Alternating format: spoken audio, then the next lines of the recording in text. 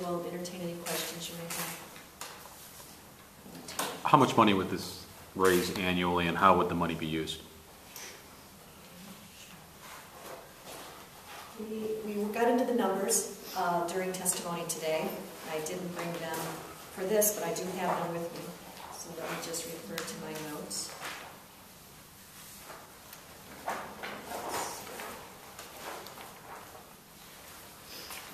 Okay, for the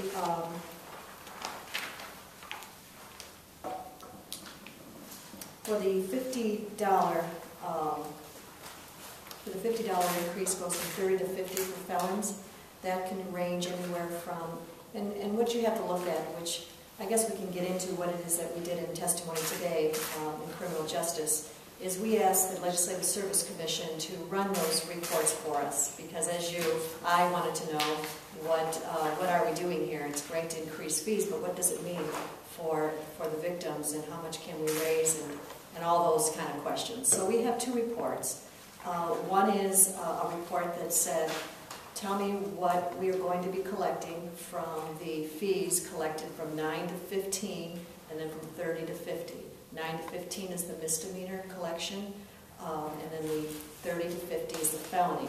Keeping in mind, as the LSC explained in their report, that usually if you're convicted of a felony, you are going to be incarcerated.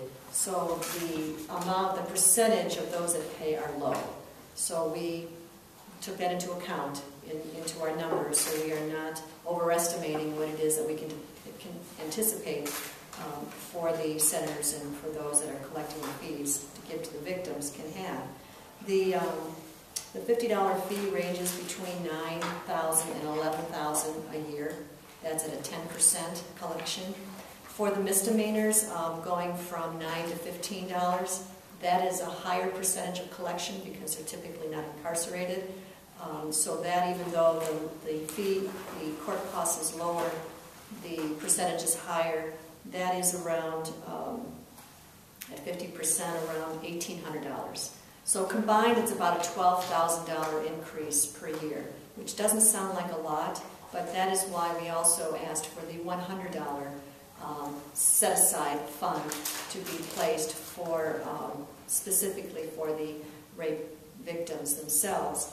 And that ranges from, and again, taking it from a 10% and 50% for misdemeanor and for felony, $25,000 to $125,000. So that gives a little bit more substance to the bill and is needed, according as we've heard from Megan O'Brien from the Cleveland Rape Crisis Center. Certainly would be a welcome extra funding. And keep in mind that this is all paid for by the convicted offender. So this is not anything else collected but from those. And it hasn't, as we said in testimony this morning, has not been increased since 1998. So we feel that these increases are very modest and does bring a return that will help not only those that are connected with sexual assaults, but also for all victims of crime. Everybody gets a bump. And then besides that, we added the $100 increase for specifically for sexual crimes that brings the, we believe, a pot of money that supports this bill. You say half the counties in Ohio don't have these centers. Is it because they've never existed, or is it because funding has been rolled back and they've been forced to close? I will let Megan answer the question. I think there's a couple of reasons for that. I think it's a really good question. I think first we're dealing with a very marginalized issue to begin with. So it is one that is remains pretty much under the radar and has always been an underfunded issue and a marginalized issue. And then with the economy and things, as well as other types of funding that has been cut, all of that has really impacted organizations' ability to provide these services.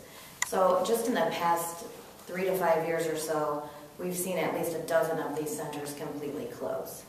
So what we really need is some type of funding that can allow these organizations to build infrastructure and to have something that can be counted on year to year.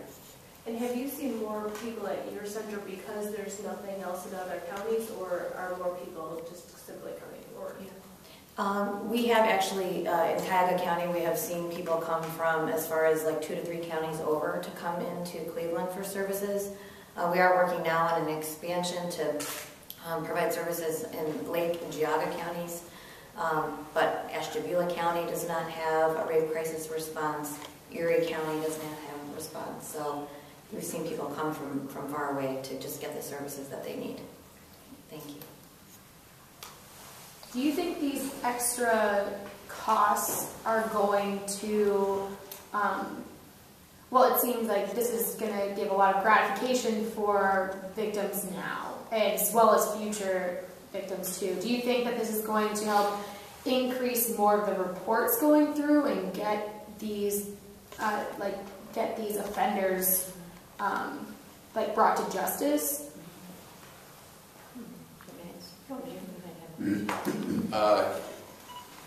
My perspective would be that as you provide support services for the victims, especially rape victims, that once that information begins to disseminate out, the more victims that can be assisted, the more that information gets disseminated out, that there are support staffs, if you will, support individuals that are very competent, and it makes them, the report going into the community is you become more and more comfortable. Therefore, I would anticipate that as we fund these groups around the state of Ohio, that that information gets out, that people will be less reluctant not to report and more willing to report because they know that they can have some support services that are going to be available to them that have been proven to be support services through not only the course of the trial but afterwards.